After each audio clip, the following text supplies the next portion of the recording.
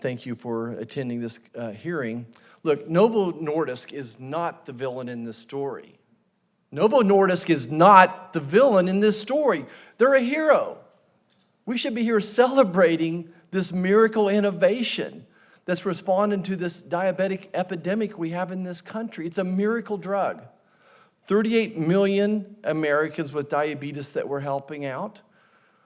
This nation is spending $250, maybe $350 billion a year treating diabetes, not to mention the loss of work. And here's a drug that's going to help us treat the problem. Now, we all agree on this committee across the Senate that the cost of health care is too much and that prescription drugs are too high, especially the out-of-pocket expenses. But we need to figure out who the villain is. Who is the real culprit here? Who's making the money? So on this particular poster, you've said it once, you've said it twice, everybody up here said the same thing. Whatever the cost is, whichever number we want to use, Novo Nordisk keeps 24% of it, and the PBMs extract 74%, 26 and 74%. So really the PBMs are making the bank here. So let's talk about PBMs for a second here. The real culprit in this room, in this story. So these three big parent companies, the three big PBMs control 85% of the industry. Their gross revenue last year was $800 billion. Their parent companies, gross revenue, $800 billion. This committee's worked so hard on PBM reform. We've not passed our delinking bill, and I would ask the chairman to consider bringing the delinking bill back to the committee and let us mark it up as well. In that delinking bill, PBMs would receive a flat fee for their efforts as opposed to a percentage of the sale. So we'd go to a flat fee model. And next, there just can't possibly be enough transparency on this issue. You know, I came to Congress to save Medicare. The people of Kansas sent me here to save Medicare. I cannot save Medicare without a miracle drug for Alzheimer's. We're spending, I think, way over $200 billion on Alzheimer's disease. So if we thwart the innovation that this type of company does, it tells people to stop researching drugs that are going to solve Alzheimer's. Mr. Jorgensen, let's talk about research and development for a second. How many years have you been researching diabetes, and then eventually you got, probably decades ago, you started going down this Ozempic path, and how many other rabbit holes have you all been down?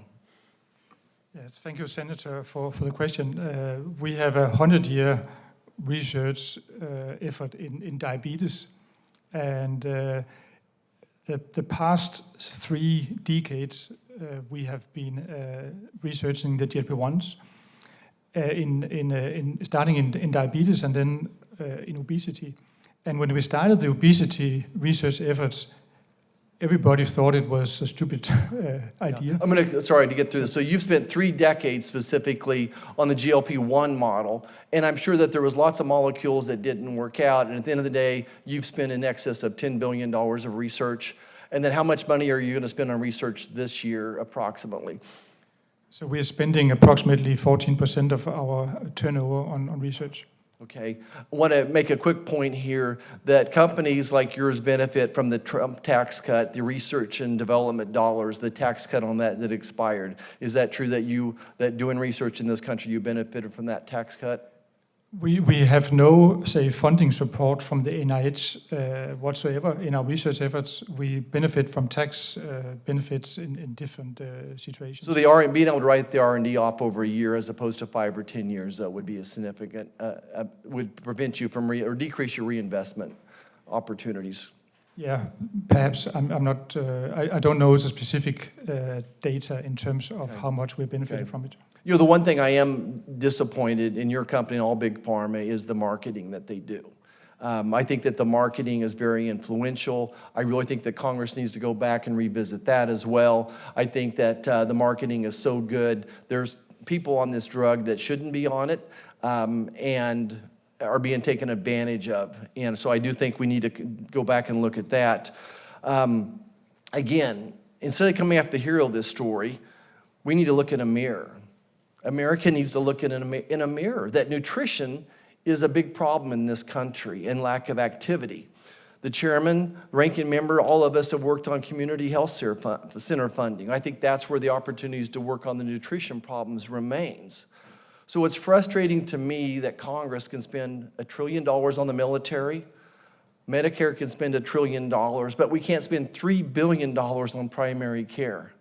$3 billion to address the primary care needs of this country, which I think would have a big impact on driving down the need for these type of expensive drugs. America, I've said it for 20 years as a physician, that America suddenly wants drive-through health care. We want to drive through a fast food service that gives medicine to fix our problem, rather than addressing the real challenges before us, which is our nutrition in this country is horrible. So I think that's something we need to continue to work on. The other thing we can still work on is bringing competition. Promoting competition to you will bring this price down. We've passed legislation, the president signed legislation that helps drive biosimilars and generics to market more efficiently. There's several in the hopper, so to speak, but still the FDA remains very inefficient. Very inefficient. The FDA should focus on the safety of the drugs and then let the physicians and the patient decide if they're right for them. And that type of a model will drive down that process by years.